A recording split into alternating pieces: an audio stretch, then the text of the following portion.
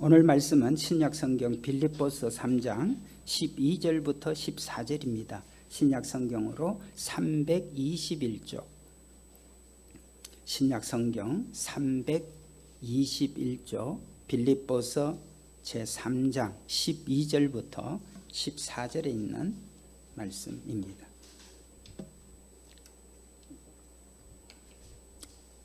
12절부터 14절까지 여러분 경청하시기를 바랍니다.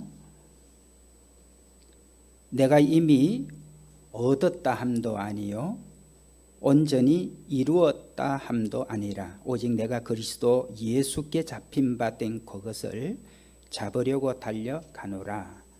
형제들아, 나는 아직 내가 잡은 줄로 여기지 아니하고 오직 한 일, 즉 뒤에 있는 것은 잊어버리고 앞에 있는 것을 잡으려고 표대를 향하여 그리스도 예수 안에서 하나님이 위에서 부르신 부름의 상을 위하여 달려가노라.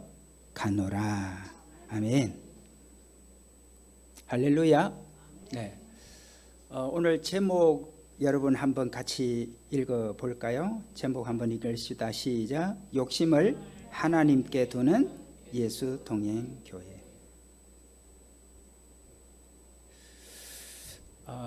부모가 자녀들을 키울 때 우리 아이들이 공부에 욕심을 좀 내면 얼마나 좋을까? 이건 어느 부모든지 가지게 되는 마음일 겁니다. 심지어 깡패도, 사기꾼도, 도둑도, 감옥 안에 있는 살인범도 자기는 그러지만 자기 자식은 공부를 잘하는 자식이 되기를 바랄 것입니다. 그런데 어떻습니까? 아이들은 대부분 노는 일에 욕심이 많습니다. 시간만 나면 노는 일에 욕심을 내죠. 특별히 공부를 싫어하고 숙제는 더더욱이나 싫어합니다. 특히 아이들이 게임을 하는 일에, 노는 일에 밥도 안 먹고 밥보다는 그걸 더 좋아할 때 있고, 어떨 때는 게임하라 그러고 시간에 제한을 안 두면 잠도 안 자고 밤새도록 게임을 하기도 합니다. 그때 부모들이 어떤 마음을 갖게 되죠? 공부를 그렇게 해봐라. 하라는 공부는 안 하고 놀기만 욕심을 내고 노는 것만 열심히 한다라고 생각을 하게 됩니다. 그럼 제 아들 학창 시절을 돌이켜 보면 제 아들이 욕심내는 거 학창 시절에 딱 3가지였습니다. 학창 시절에 첫 번째 만화 보는 거, 두 번째 판타지 소설 보는 거, 세 번째 컴퓨터 게임 보는 거. 알고 보니까 한 가지 더 있어요. 네 번째, 텔레비에서 아이들에 관련된 거 보는 거. 걔 욕심은 그것밖에 없어요. 만화, 판타지 소설, 컴퓨터 게임, 그리고 텔레비 보는 거. 저는 아이들을 막 강압적으로 강요해서 이렇게 키우고 싶지를 않아서, 특별히 목사라는 자녀라고 하는 것 때문에 이미 아이들에게는 중압감이 있을 텐데, 제약이 있을 텐데, 그런 생각이 들어서 정말 제 성격에 맞지 않게 아이들을 대해서 관대하려고 노력을 많이 했습니다. 그러나 만화 보고 컴퓨터 게임하고 텔레비 보고 판타지 소설 보는 것만 욕심을 내니 공부는 어떻게 했어요? 정말 꾹꾹 참았습니다. 중학교 때까지만 그러겠지. 고등학교 올라가면 얘도 정신 차리겠지. 고등학생이니까. 그렇게 해서 꾹꾹 참고 기다렸습니다. 그런데 여러분, 막상 고등학생이 됐는데도 초등학교 때나 중학교 때나 고등학교 때는 똑같아요. 달라지는 게 아무것도 없어요. 고등학생이 되니까 은근히 걱정이 될 수밖에 없지 않습니까? 아이가 이런 것에만 욕심을 내고 시간을 하루 보내니까. 그래서 한번 차분히 아이에게 타이르는 말을 한번 해보았습니다. 그랬더니 아들이 하는 말이 이것입니다. 아빠, 나는 딱 1시간만 공부하고 나면 더 이상은 공부가 머리에 들어오지를 않는답니다. 참 기특한 아이죠. 딱 1시간이랍니다. 1시간만 공부하고 나면 그 다음부터는 아예 머리에 들어오지 않는다고 그럽니다. 그러니 얼마나 기막힌 얘기입니까? 자, 그러던 아들이 하나님께서 은혜를 주셔서 공부에 욕심을 내고 그리고 사명에 욕심을 내더니 결국 신학을 하게 됐습니다. 여러분, 신학에 들어가서야 비로소 공부에 욕심을 내고 열심히 하더니, 저는 사실 고등학교 때까지 성적표를 잘 보지도 못했습니다. 왜냐하면 봐야 뭐 뻔하니까. 네. 학교에서 퇴학당하지 않았으니 감사하잖아요. 뒤에서 몇 등이니까 늘. 그리고 그거 봐야 제가 잠이 오겠습니까? 제가 아들을 정상적으로 내가 볼 수가 있겠습니까? 그런데 여러분, 신학교 가서는 말도 안 했는데 지가 딱 성적표 오면 딱 보여줘요. 야, 하나님의 은혜가 참 크구나. 심지어 제가 한번 놀랬습니다. 아빠, 공부가 너무 재밌대요. 그러면서 자기가 공부 열심히 해서 그 유명한, 우리가 신학은 최고를 어디 나라로 치느냐 하면 독일로 칩니다. 여러분께 말씀드리는 종교개혁이 어디에서 일어났어요? 독일에서 일어났거든요. 그리고 지금 전 세계적으로 보면 모든 분야의 최고의 권위를 인정하는 데가 독일입니다. 근데 아들이 공부해서 독일로 유학도 가고 싶다고.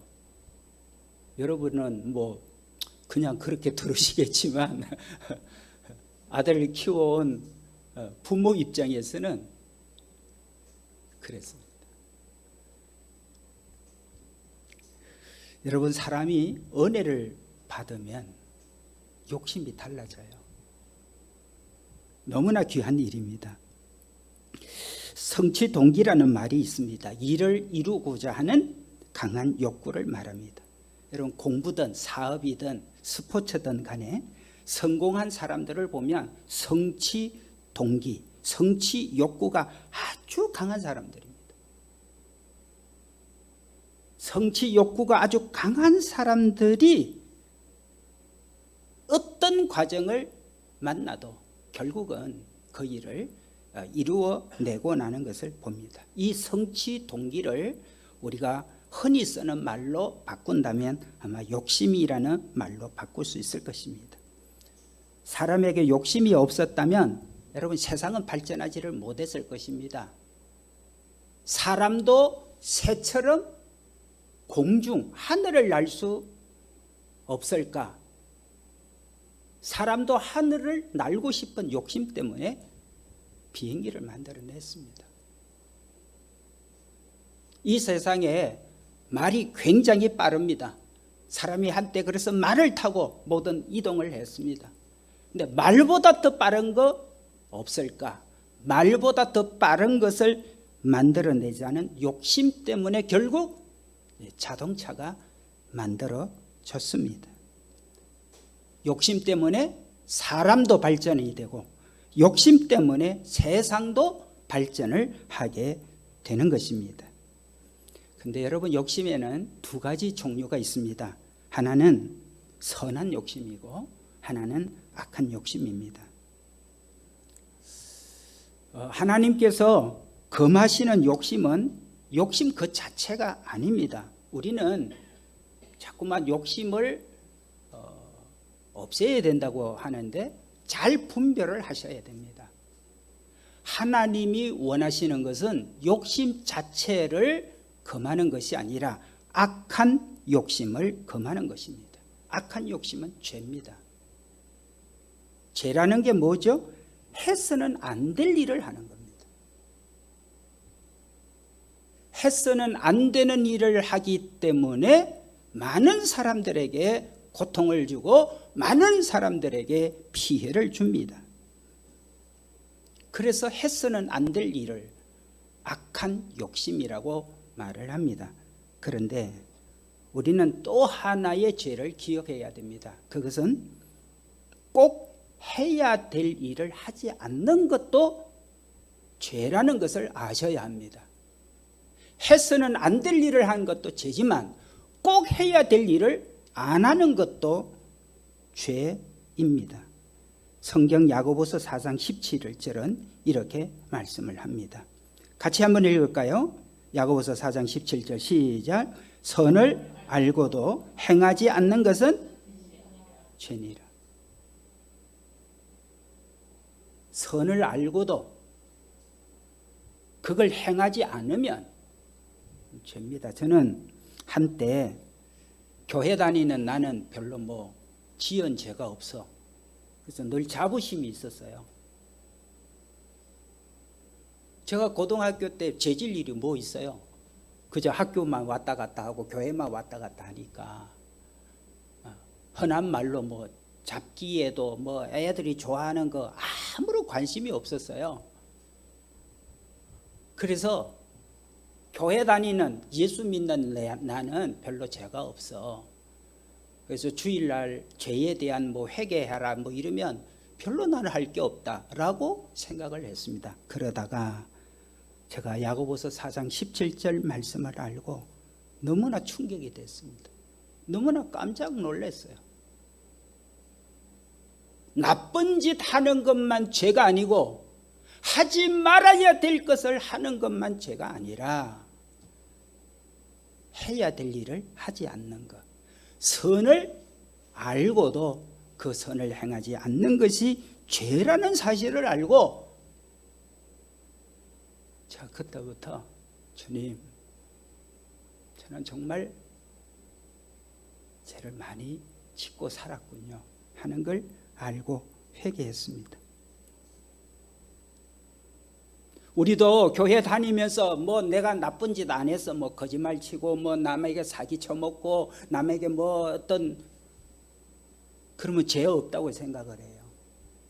너무나 귀한 일이죠. 그 정도만 돼도 너무나 여러분 수준 있는 격조 높은 삶을 사는 겁니다. 그런데 하나님의 백성으로 사는 하나님께 구원을 입어서 그 구원을 받은 우리가 마치 장차 천국을 향해서 우리가 가야 될 사람은 선을 행하지 않는 것도 죄라는 사실을 알게 되는 것입니다.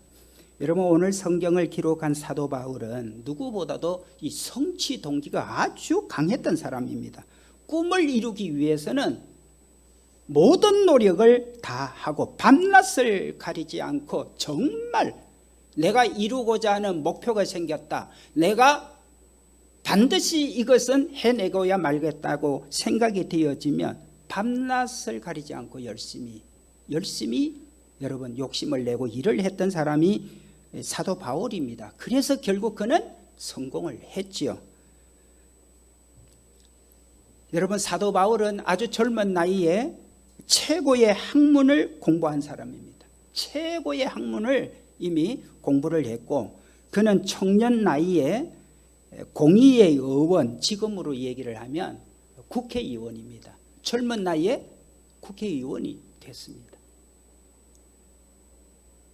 여러분, 엊그제 금요일 날 우리나라 헌정사상 없었던 일이 일어난 거 여러분 뉴스 보셨죠? 우리나라 당대표가 30대가 당대표가 됐어요. 우리나라 역사 속에서 정말 저도 깜짝 놀랐어요. 어떻게 이런 일이 벌어졌을까라고 생각을 했는데 그만한 인물이 됐을 거 아닙니까? 그만한 자격을 갖추고 그만한 실력을 갖추었고 그만한 열정이 대단했기 때문에 그 일이 됐을 거 아닙니까? 여러분, 오늘 이 성경을 기록한 사도 바울이 그런 청년이었습니다.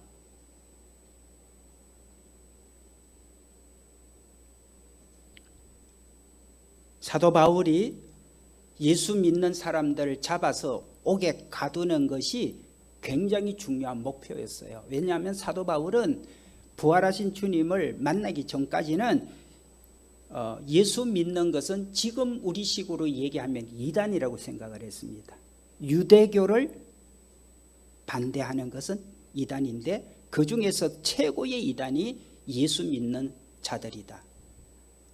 그래서 예수 믿는 사람들이 이라크 수도가 다메섹인데 그 이웃나라 이라크 다메섹에 이 예수 믿는 사람들이 모여 있다.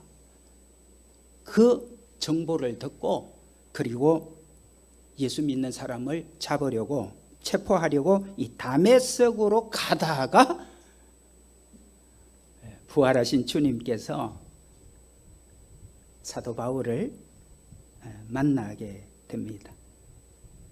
이제 부활하신 주님께서 사도 바울에 대한 여러 가지 계획을 가지고 계시고 사도 바울 이 열정, 이 강력한 이 욕심을 바꾸어서 하나님께서 쓰셔야 되겠다 계획을 하셨죠. 그래서 부활하신 주님을 만난 사도 바울은 완전히 180도로 한순간에 변하게 됩니다. 그가 얼마나 어떻게 변했는지를 성경은 오늘 우리가 읽은 3장 12절부터 읽었는데 8절로 여러분 가셔서 보면 8절에서 이렇게 말씀하고 있습니다. 8절 말씀, 또한 모든 것을 해로 여기면 내 주 그리스도 예수를 아는 지식이 가장 고상하기 때문이라. 내가 그를 위하여 모든 것을 잊어버리고 배설물로 여기면 그리스도를 얻고, 여러분 여기에서 주목해야 될 단어가 내가 지금까지 세상에서 성공하고 세상에서 출세한 세상에서 좋아했던 모든 것들을 뭘로 여기겠다고요? 배설물. 이거 좀 너무 심하지 않나? 너무 이렇게 극단적으로 가는 것 아닌가? 아니, 세상에서 그 좋은 성공과 그 좋은 출세를 이제는 아주 배설물로 여기겠다 그런 건 너무 극단적이지 않나 싶은데, 이 말씀은 결국 뭐죠? 사도 바울이 변해도 완전히 변했다는 거예요. 180도로 자신이 변했다는 걸 얘기하고 있습니다. 이것을 가리켜서 우리는 뭐라 그러죠? 거듭남이라고 말합니다. 여러분, 교회를 다니면서 우리가 거듭나야 된다는 것을 많이 우리가 듣게 됩니다. 근데 거듭나는 건 내가 거듭나는 것이 아니라 성령께서 우리 안에 들어오시면 성령을 통해서 내가 거듭나요. 그리고 성령이 내 안에 계시고 주님이 내 안에 들어오셔서 나를 거듭나게 하기 때문에 우리는 점점 변화를 하게 되어집니다. 사람들은 그런 생각을 합니다. 사도 바울이 부활하신 주님을 이제 본인이 만나고 난 다음에 바울은 이제 세상에 대해서 욕심을 버렸다 그래요. 여러분, 바울이 세상에 대해서 욕심 버린 겁니까? 욕심이 없어져 버렸나요? 아닙니다. 욕심이 없어진 게 아니에요. 지금까지는 부활하신 주님을 만나기 전까지는 세상에 대한 욕심이 있었지만 이제는 그 욕심이 세상에 있지 않고 어디에 있어요? 하나님께로 욕심이 바뀌어진 겁니다. 거듭난다는 것은 거듭이잖아요. 다시 리뉴얼이에요. 바뀌는 거예요. 새롭게.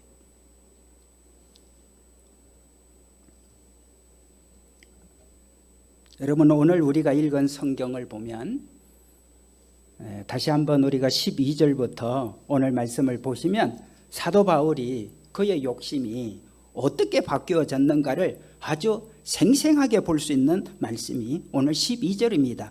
여러분들도 성령이 여러분 안에 계시고 여러분이 예수 믿는 사람으로 주님이 내 안에 계심으로 인해서 여러분의 욕심이 어떻게 바뀌어졌는지 오늘 말씀을 통해서 다시 한번 확인해 볼 수 있게 되기를 바랍니다. 12절부터 14절 다시 한번 우리 같이 읽겠습니다. 시작. 내가 이미 얻었다 함도 아니요 온전히 이루었다 함도 아니라 오직 내가 그리스도 예수께 잡힌 바 된 그것을 잡으려고 달려가노라. 형제들아, 나는 아직 내가 잡은 줄로 여기지 아니하고 오직 한 일, 즉 뒤에 있는 것은 잊어버리고 앞에 있는 것을 잡으려고 표대를 향하여 그리스도 예수 안에서 하나님이 위에서 부르신 부름의 상을 위하여 달려가노라. 아멘.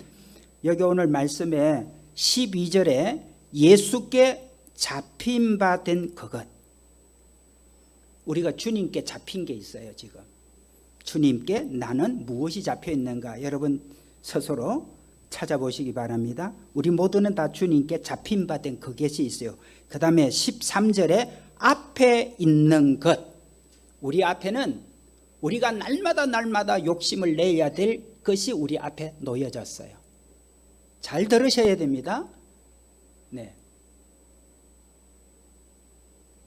6월 한 달 제가 여러 가지 설교에 대한 계획이 있었는데 지난 주일 창립 예배를 드리고 난 다음에 이번 한 주간을 보내면서 주님, 이번 6월 한 달을 우리 교회 창립의 달로 삼아서 창립 기념 주일만 우리가 뜨거워졌고 우리 마음이 흥분됐고 우리의 마음이 기쁘고 즐거웠다, 행복했다가 아니라 6월 한 달 동안 계속해서 예수 동행 교회에 대한 하나님의 계획과 마음을 부어주셔서 한 달 동안 계속해서 여러분에게 말씀을 전하게 됩니다.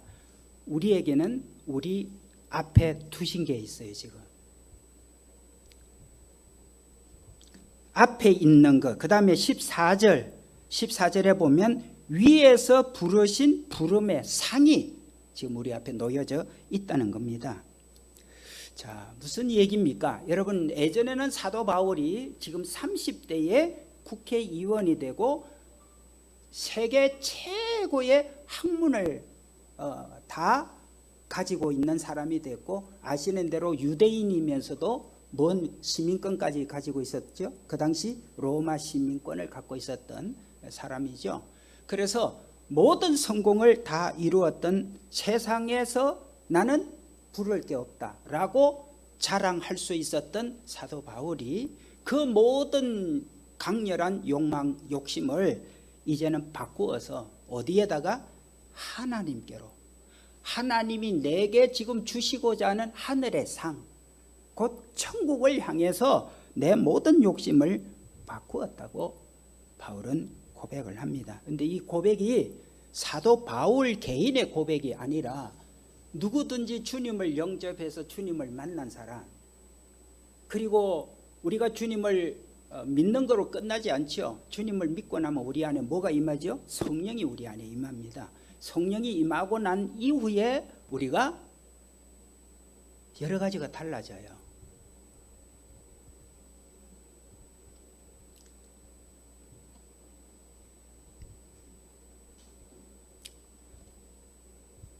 정신이 몽록할 때 여러분 커피 진하게 한 잔 마시면 정신이 번쩍 들죠.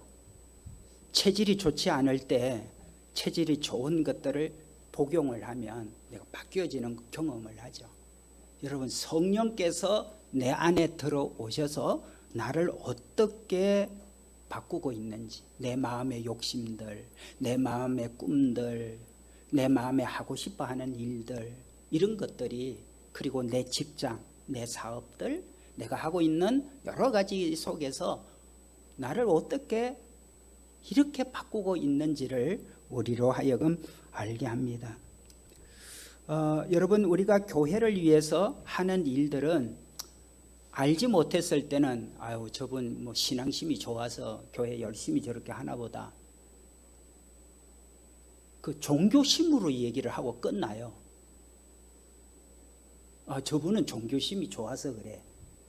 그것으로 끝입니까?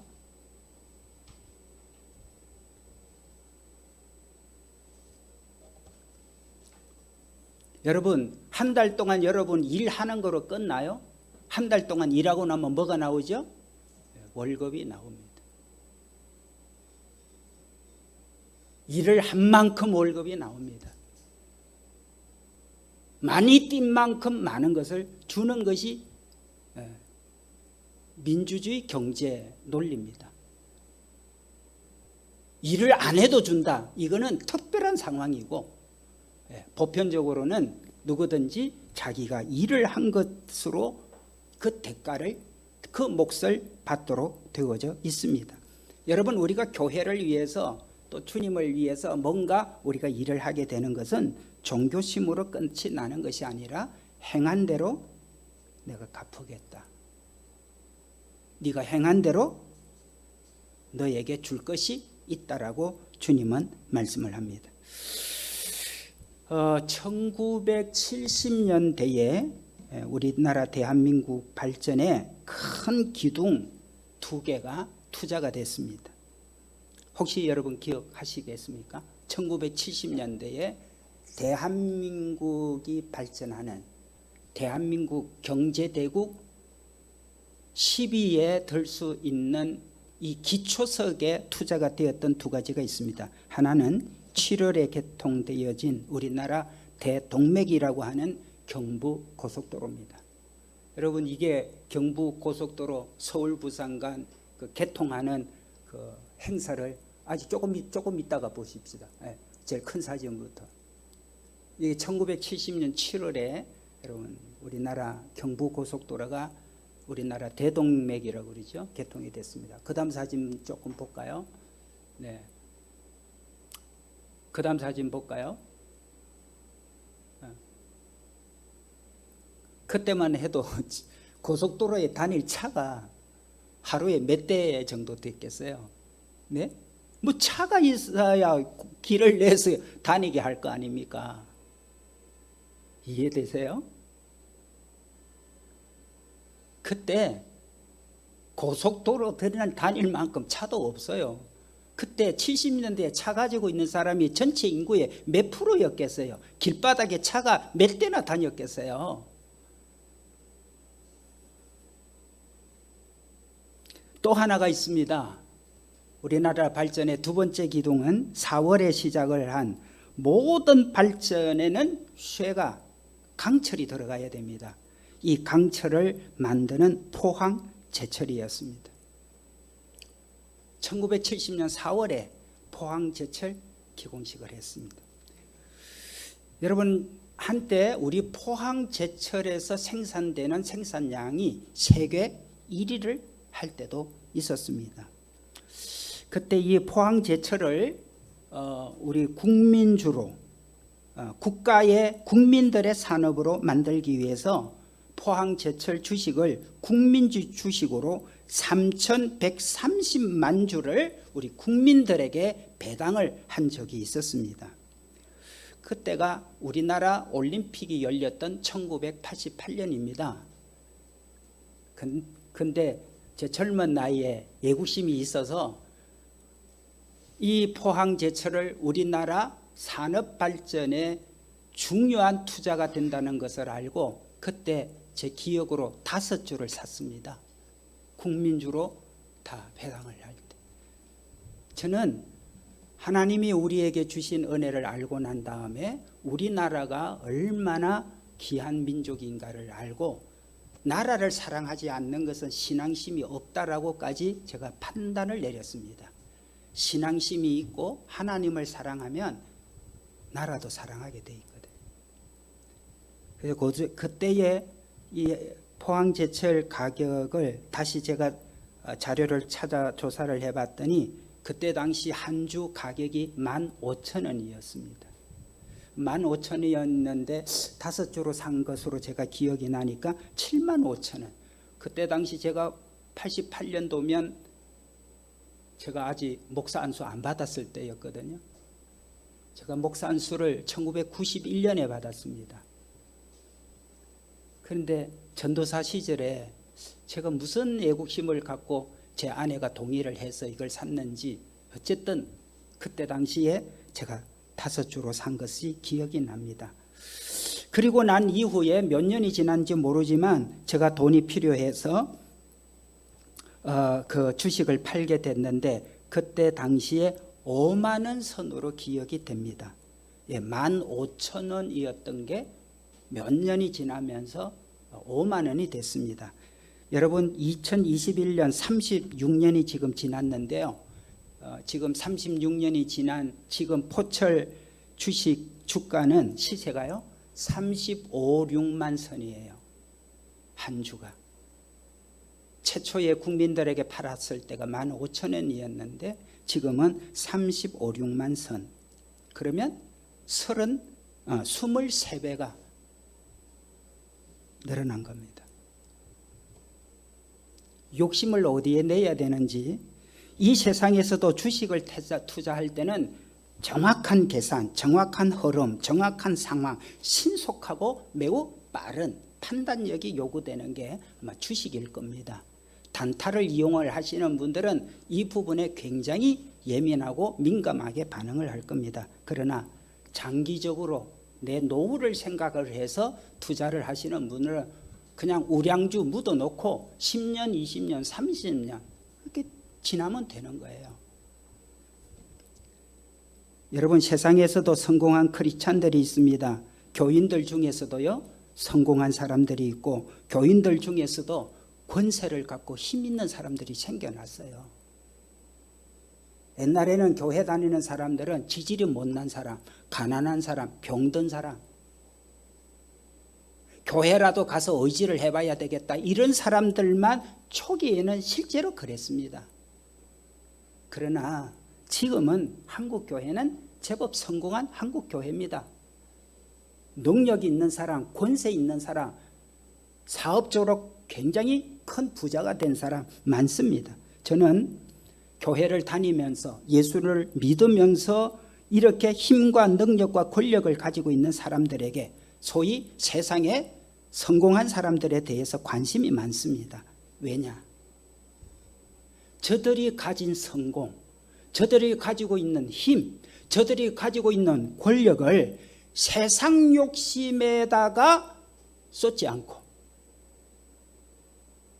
그들이 가지고 있는 성공과 능력과 힘을 자기 욕심 채우는 데 쓰지 않고 하나님께 욕심을 낸다면 얼마나 많은 사람들을 살리고 많은 사람들에게 선한 일들을 하게 될까 생각을 하기 때문에 그렇습니다. 여러분 욕심 뭡니까? 여러분 꿈은 뭐세요? 여러분 우리가 성령으로 거듭난 사람이 맞다면 욕심이 없는 사람이 돼서는 안 됩니다. 아이 뭐 내 새끼 밥 먹고 뭐 내 자식 공부시키는데 뭐 이상 없으면 됐지. 이건 성령 받은 사람 아닙니다.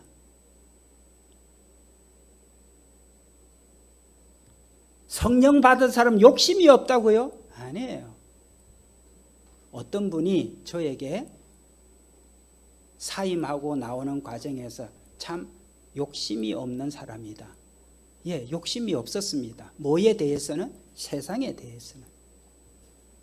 세상에 대해서 욕심 다 버렸어요.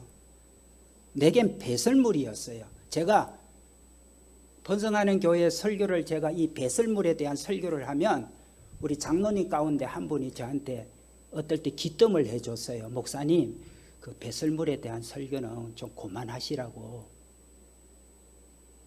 왜 그랬을까요? 그게 사람들에게는 부담이 될 수 있다는 얘기예요. 제가 무슨 말인지 알아듣죠? 여러분, 우리가 성령을 받았다는 것은 욕심이 없어진 게 아닙니다. 욕심이 바뀌어졌어요. 그리고 바뀌어진 욕심은 더 욕심을 내는 사람으로 변화가 된 겁니다. 예전에는 나 잘 먹고 잘 살고 우리 가족 편하면 그 끝이었어요. 그러나 성령 받으면 절대 그럴 수 없습니다. 선한 일을 위하여, 주님의 영광을 위해서, 이웃의 전도를 위해서 나는 더 열심히 노력하고, 더 열심히 돈을 벌고, 더 열심히, 그게 교회 다니는 사람이에요. 그게 예수 믿는 사람입니다.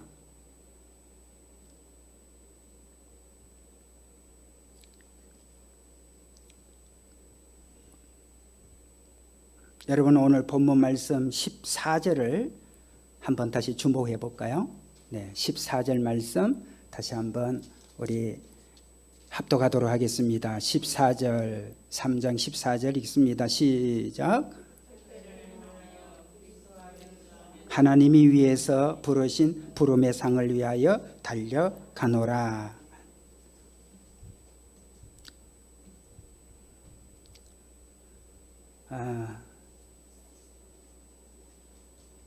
여러분, 우리는 예수 동행교회는 세상에 대한 욕심을 다 버리고 하나님께 더 욕심을 내는 교회가 되어진 겁니다.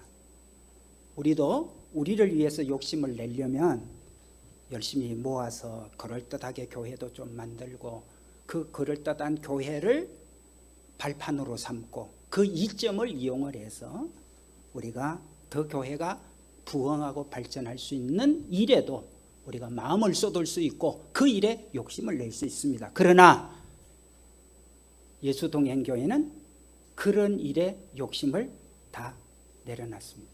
우리를 위한 욕심을 다 내려놨습니다.